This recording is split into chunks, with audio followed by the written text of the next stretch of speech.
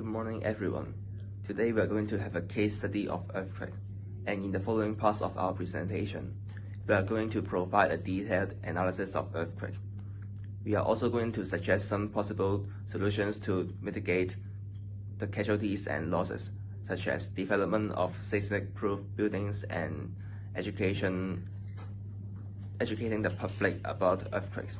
And we're going to justify how the theorems and we're going to justify the effectiveness and theorems behind the solutions. And finally, we are going to evaluate which solution should be implemented and is more appropriate. And we would like to capitalize on this opportunity to allow the audience to gain a deeper insight into earthquakes and to come up with solutions to mitigate casualties and damage in different regions other than the solution we are going to talk about. And we also hope to raise the public awareness towards earthquakes so that we can develop more advanced methods to deal with earthquakes. And let me talk about some background information of earthquake. Earthquake refers to the shaking of the surface of the earth or events that generate seismic waves. Tectonic plates, which are made up of crust and mantle, often move towards and slide past each other. As the plates are restricted by friction, stress then builds up in the plates and accumulates.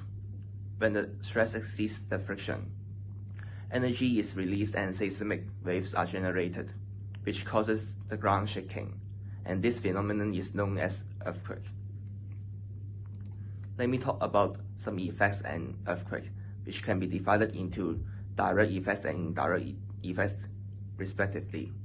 For direct effects, earthquakes causes casualties and injuries, which is because of the collapse of infrastructural buildings.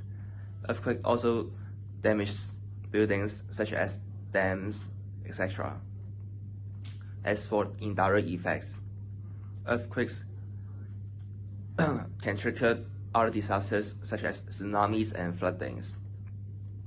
For tsunamis, undersea earthquake with a magnitude of 7.5 or higher might be able to trigger tsunamis, and for floodings, dams might be damaged during the process of earthquakes and is not able to hold water, and the water stored in the dams might flood the surrounding area.